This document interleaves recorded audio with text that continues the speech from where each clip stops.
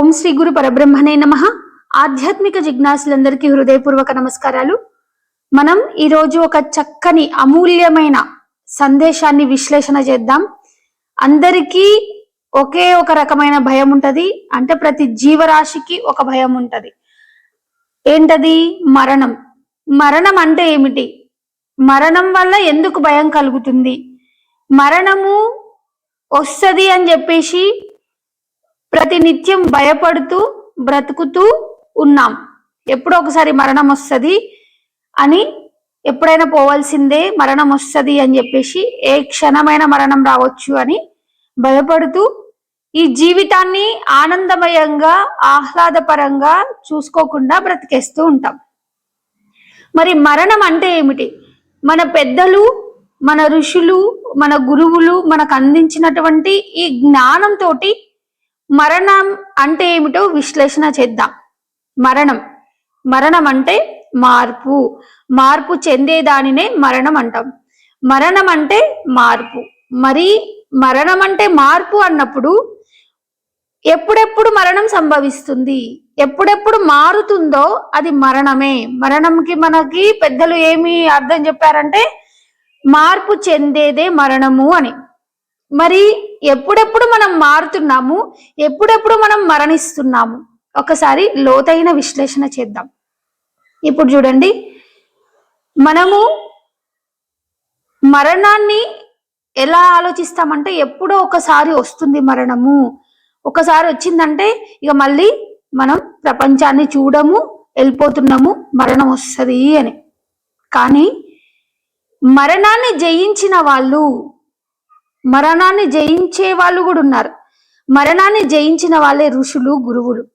మరి మరణాన్ని ఎలా జయించాలి? మరణం అంటే ఏంటో తెలిస్తే మరణాన్ని జయించవచ్చు.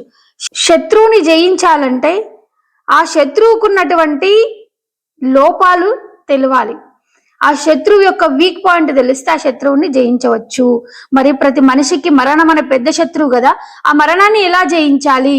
ఆ మరణాన్ని జయించిన వాళ్ళని ఏమంటారు? అమరులు, నిత్య చిరంజీవులు అంటారు. మరి మరణం ఏందో మనం విశ్లేషణ చేసి మనం అమరులమా, మరణిస్తున్నామా, మనం చిరంజీవత్వంగా ఉంటామా ఒకసారి ఆలోచన చేద్దాం. ఈ మాటకి అర్థాన్ని తీసుకుంటూ, ఏ మాటకి? మరణం అంటే మార్పు అనే మాటకి అర్థాన్ని తీసుకుంటూ మనం ఈ మరణాన్ని విశ్లేషణ చేద్దాం. మరణం అంటే మార్పు.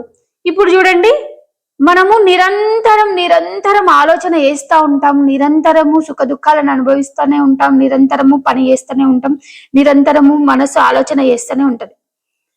మరి నిరంతరము జరిగే ప్రక్రియ ఇది. ఒక ఎగ్జాంపుల్ చెప్పాలంటే, ఒక ఉదాహరణ తీసుకోవాలంటే, మనము పూర్వము ఎక్కడున్నాం?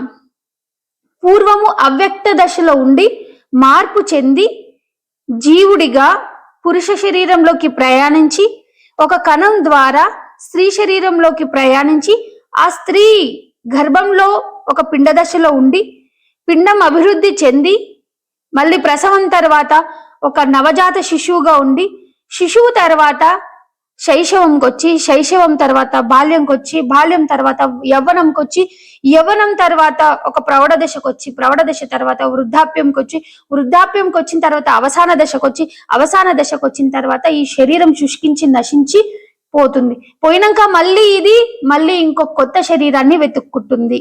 అంటే ఇక్కడ లోతైన విశ్లేషణ చేస్తే పూర్వము మనం అవ్యక్తంలో ఉన్నాము, అవ్యక్తం నుండి మనం ఎలా మార్పు చెందాము? ఒక జీవిగా, జీవ కణంగా మార్పు చెందాము. మార్పు చెంది పురుష శరీరంలో ఒక కణముగా తయారైనాం. అంటే అవ్యక్త దశ నుండి మనం కణముగా తయారైనాం. అంటే అవ్యక్తం అక్కడ మరణించిందంటే మార్పు అనుకున్నాం కదా. అంటే అవ్యక్తం నుండి కణంగా ఏర్పడ్డాం, జీవ కణంగా ఏర్పడ్డాం. ఆ జీవ కణం స్త్రీ శరీరంలోకి వెళ్ళగానే పిండం అయిపోయింది. అంటే ఆ కణం నశించి ఆ కణం ఏమైంది? మరణించింది. అంటే మార్పు చెందింది. మార్పు చెంది ఏమైంది? అది పిండమైంది. పిండం మార్పు చెందింది అంటే పిండం మరణించి ఏమైంది? మళ్ళీ శిశువు తయారైంది. ఆ శిశువు మరణించి శైశవ దశ వచ్చింది. మార్పు ఇది. మరణం అంటే మార్పు అనుకున్నాం కదా. ఆ శైశవ దశ వచ్చిన తర్వాత ఆ శైశవ దశ మరణించి బాల్యం వచ్చింది. బాల్యం మరణించి యవ్వనం వచ్చింది. యవ్వనం మరణించి యుక్త వయసు వచ్చింది. యుక్త వయసు మరణించి ప్రౌఢ వచ్చింది, ప్రౌఢ మరణించి వృద్ధాప్యం వచ్చింది, వృద్ధాప్యం మరణించి అవసాన దశ వచ్చింది, అవసాన దశ మరణించి మళ్ళీ ఈ శరీరం శుష్కించిపోయి ఇంకో జీవితాన్ని వెతుక్కోవడానికి, ఇంకొక యోనిలో పడి జన్మించడానికి సిద్ధంగా ఉన్నాము. అంటే ప్రతి క్షణము ప్రతి ప్రతి అంటే బాల్యం నుండి ఇలా ఇలా ఇలా మార్పు చెందాయో అవన్నీ మరణమే. మనం చిన్నప్పుడు ఎట్లున్నాం అట్లనే ఉన్నామా? బాల్యంలో ఎట్లు ఇప్పుడు తండ్రి శుక్ర కణాలలో ఉన్నటువంటి ఆ కణ రూపంలోనే ఉన్నామా? మనం లేం కదా. ఆ కణం ఏమైంది? పిండమైంది. పిండ రూపంలోనే ఉన్నామా శాశ్వతంగా? లేదు. ఆ పిండం ఏమైంది? జీవుడుగా ఒక శిశువుగా ఏర్పడింది. ఆ శిశువు లాగానే ఉన్నామా? చిన్నగానే ఉన్నామా? వృద్ధి చెంది మళ్ళీ ఏమైనా ఒక బాల్య దశకు వచ్చినాం. అంటే ఏదైతే దశ మారుతుందో, ఒక దశ నుండి ఇంకో దశ మారుతుందో అది మరణము. ఒక ఆలోచన చేస్తూ ఈ ఆలోచన అయిపోయి ఇంకో ఆలోచన వస్తుంది చూడు, అది మరణము. ఇంకో విషయం లోతుగా ఆలోచిస్తే, ఈరోజు మనం ఉదయాన్నే నిద్ర లేచిన తర్వాత సకల కార్యాలు చేసి మళ్ళీ సాయంత్రం తర్వాత సంధ్య తర్వాత రాత్రి అవుతుంది, రాత్రికి మళ్ళీ నిద్రలోకి పోతాం. అంటే నిద్రలోకి పోతున్నామంటే మనము మన శరీరం పైన స్పర్శ ఉందా? గాఢ నిద్రలోకి వెళ్తాం, శరీరం పైన స్పర్శ ఉందా? మనం ఎక్కడికి వెళ్ళామో మనకు తెలియదు. అది మరణమే కదా. మనం ఎక్కడికిందో తెలియదు. మన శరీరం మీద మనకు పాములు వారినా, తేలి వారినా, దోమలు కుట్టినా గాఢ నిద్రలు పోతున్నామంటే మనం అప్పుడు ఏమైనాము? మరణించినాం. అంటే మార్పు. మళ్ళీ ఎప్పుడు పుడుతున్నాం? ఉదయాన్నే మళ్ళీ పుడుతున్నాం. అంటే మనకు నిత్యము దర్శనమిస్తూనే ఉంది మరణం. కానీ దాన్ని మరణం అనుకోకుండా ఎప్పుడో ఒకసారి మరణం వస్తుంది, అప్పుడే నేను చనిపోతా, అప్పుడే అసలైన మరణము అనుకుంటాం. కాదు, అసలైన మరణము ప్రతి క్షణం మనం మరణిస్తూనే ఉన్నాం. మార్పే మరణం అన్నాం. కాబట్టి ఇప్పుడు ఒక ఆలోచన చేసినాము, ఇంకో ఆలోచన చేస్తున్నామంటే ఈ ఆలోచన మరణించి ఇంకోటి వస్తుంది. వృద్ధాప్యము, ఇప్పుడు బాల్యం పోయి యవ్వనం ఎలా వచ్చిందో బాల్యం మరణించింది. బాల్యం మరణించకపోతే యవ్వనం రాదు. బాల్యం నుండి యవ్వనంకి మార్పు రాకపోతే మనం బాల్యంలోనే ఉండాల్సి వస్తుంది. అలా కాదు కదా. నిత్యము సాగుతూనే ఉండే ఈ ప్రక్రియనే నిత్యం. ప్రతి క్షణం మరణమే. ప్రతి క్షణం మరణమే అయినప్పుడు మనం ఎప్పుడు జీవిస్తున్నాం? ఏ క్షణం జీవిస్తున్నాం? ప్రతి క్షణం మరణమే కదా. మరి ఏ క్షణంలో మనం జీవిస్తున్నాం? జీవితం అంటే ఏంటి? మరి ఒక లోతైన విశ్లేషణ, జీవితాన్ని కూడా అన్వేషిద్దాం. ఈ మరణంలోనే జీవితం ఉంది. ఆ జీవితాన్ని ఎవరైతే అన్వేషించి పొంది ఉంటారో వాళ్ళు అజేయులు, వాళ్ళే జీవన్ముక్తులు. మరి ఎలా ఆ జీవితం ఏంది? ఈ మరణం లోపల జీవితం ఏంది? లోతైన విశ్లేషణ చేద్దాం. ఈ మార్పు ఏదైతే ఉందో, ఈ శైశవం నుండి ఈ బాల్యం వరకు ఆ దశ మారే దశ లోపల ఒకానొక సమయం, సంధి సమయం ఉంటది.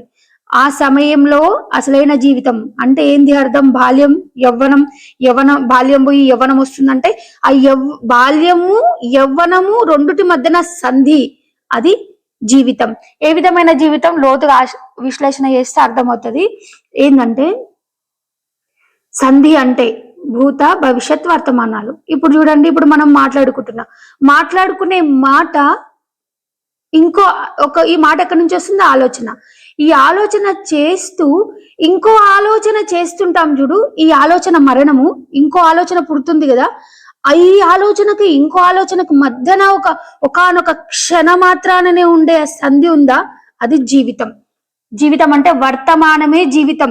భూత భవిష్యత్ కాలాలు కాదు. మనం వర్తమానం ఎట్లా బ్రతికామో, వర్తమానంలో ఎలా జీవించామో అదే భవిష్యత్ అవుతుంది. మనం జీవించే అసలైన జీవితం ఏంటంటే వర్తమానము. భూత భవిష్యత్తు కాలాలు కాదు. మనం వర్తమానంలో ఎట్లా ఉంటే మన భవిష్యత్తు అట్లుంటది. ఆ భవిష్యత్తు ఎట్లుంటే మళ్ళీ ఆగమనమైతమా కామా తెలుస్తుంది. అంటే మనము వర్తమానమే అసలైన జీవితము. ఒక ఆలోచనకి ఇంకో ఆలోచనకి మధ్యన ఒక క్షణ మాత్రాన కలిగే సంధిలు ఉంది చూడు, అది మన జీవితం. మనం ఎంతసేపు జీవిస్తున్నాము? ఇప్పుడు ఎంతసేపు ఒక ఆలోచనకి ఇంకో ఆలోచనకి మధ్య సంధి, వర్తమాన కాలం ఉందా? అలానే జీవిస్తున్నామంటే మనం మనిషిలాగా పుట్టి ఎట్లా జీవిస్తున్నాం? ఏ విధంగా జీవిస్తున్నాం? ఒక పని చేస్తున్నాం, ఈ పని అయిపోయింది, ఇంకో పని స్టార్ట్ చేసినాం. మరి మన జీవితం ఏడా? అసలైన జీవితం ఏడుంది? అసలైన జీవితం వర్తమానంలోనే ఉంది. వర్తమానమే క్షణికము, క్షణకాలమే. వర్తమానం అంటే ఇది సాగుతుంది, ఇంత పెద్ద సాగుతుంది జీవితం అని కాదు. క్షణమాత్రాననే వర్తమానము. ఆ క్షణం మారిందా భవిష్యత్. ఆ క్షణం భవిష్యత్తు. ఆ వర్తమానం ముందుకు జరిగితే భవిష్యత్ అయింది, వర్తమానం వెనకకి తిరిగి చూసుకుంటే భూతకాలం అయింది, అంటే గడిచిన కాలం అయిపోయింది. మరి మనం ఎప్పుడు నివసిస్తున్నాం, ఎప్పుడు జీవిస్తున్నాం అసలైన మనిషిగా అంటే వర్తమానంలోనే జీవిస్తున్నాం. ఆ క్షణమాత్రాననే మనం ఎవరో తెలుసుకుంటే, ఆ క్షణమాత్రాననే మనం ఈ మరణాన్ని జయించవచ్చు. ఆ క్షణంని కనుక్కుంటేనే, ఆ వర్తమానంలో ఉంటేనే మనం మరణాన్ని జయించవచ్చు, మార్పును జయించవచ్చు. ఎలా జయించాలి మరి? వర్తమానంలో ఎలా ఉండాలి అంటే, వర్తమానము జీవితము.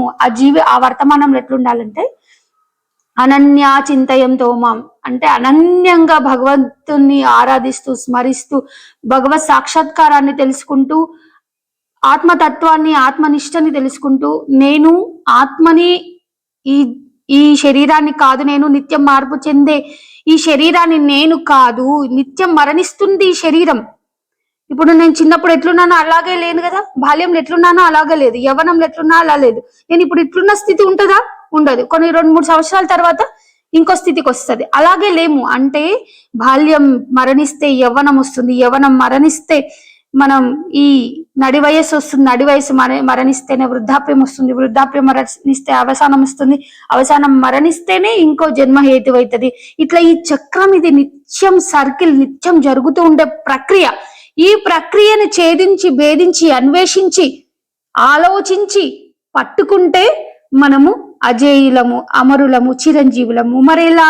ఆ క్షణమాత్రాననే ఆ వర్తమానంలో దానిని గమనించాలి. వర్తమానం ఏంటది? ఆ సంధి ఏంటి? ఒక ఆలోచనకి ఇంకో ఆలోచనకున్న మధ్యలో గ్యాప్ ఏంటి? ఆ వర్తమానం ఏంటి? ఆ జీవితం ఏంటి? ఆ క్షణమాత్రంలో ఏ విధంగా జీవిస్తాము?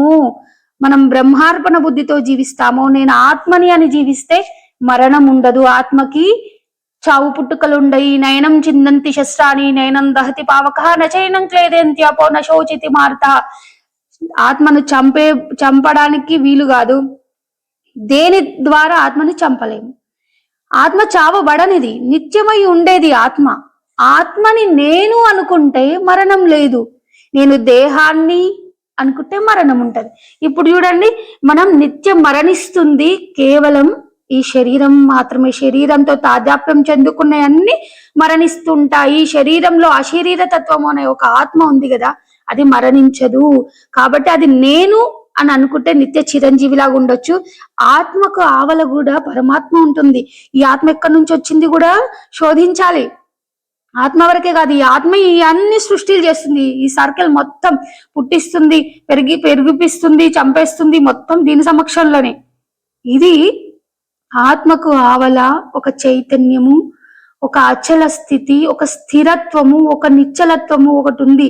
దానిని గమనిస్తే ఇది నేను కాదు, ఈ చక్రంలో తిరిగేది నేను కాదు, నేను స్థిరంగా ఉన్నా, నేను నిశ్చలంగా ఉన్నా, నేను పరమాత్మ స్వరూపాన్ని, అచలతత్వాన్ని అని ఎప్పుడైతే ఆ అచలతత్వాన్ని అందిపొంది ఉండి అనుభవిస్తూ ఆచరణలో పెట్టిండ్రో వాళ్ళు మాత్రమే జీవన్ముక్తులు, వాళ్ళు మాత్రమే నిత్య చిరంజీవులు, వాళ్ళు మాత్రమే అమృతం తాగిన దేవతలు. అమృతం అంటే మరణం లేనిది, మృతం అంటే మరణించేది. ఇది శరీరం నిత్యం మృత కణాలతో ఉంది. ఇప్పుడు చూడు, కణాలు అన్ని నశిస్తూనే ఉంటాయి. నశించిన కొద్దీ మన లోపల కణాలు నశించిన కొద్దీ మనం శరీరం రూపురేఖలు మారుతా ఉంటాయి. కాబట్టి ఇది నిత్యం మార్పు చెందేది ఈ శరీరము, మార్పు చెందనిది ఆత్మ.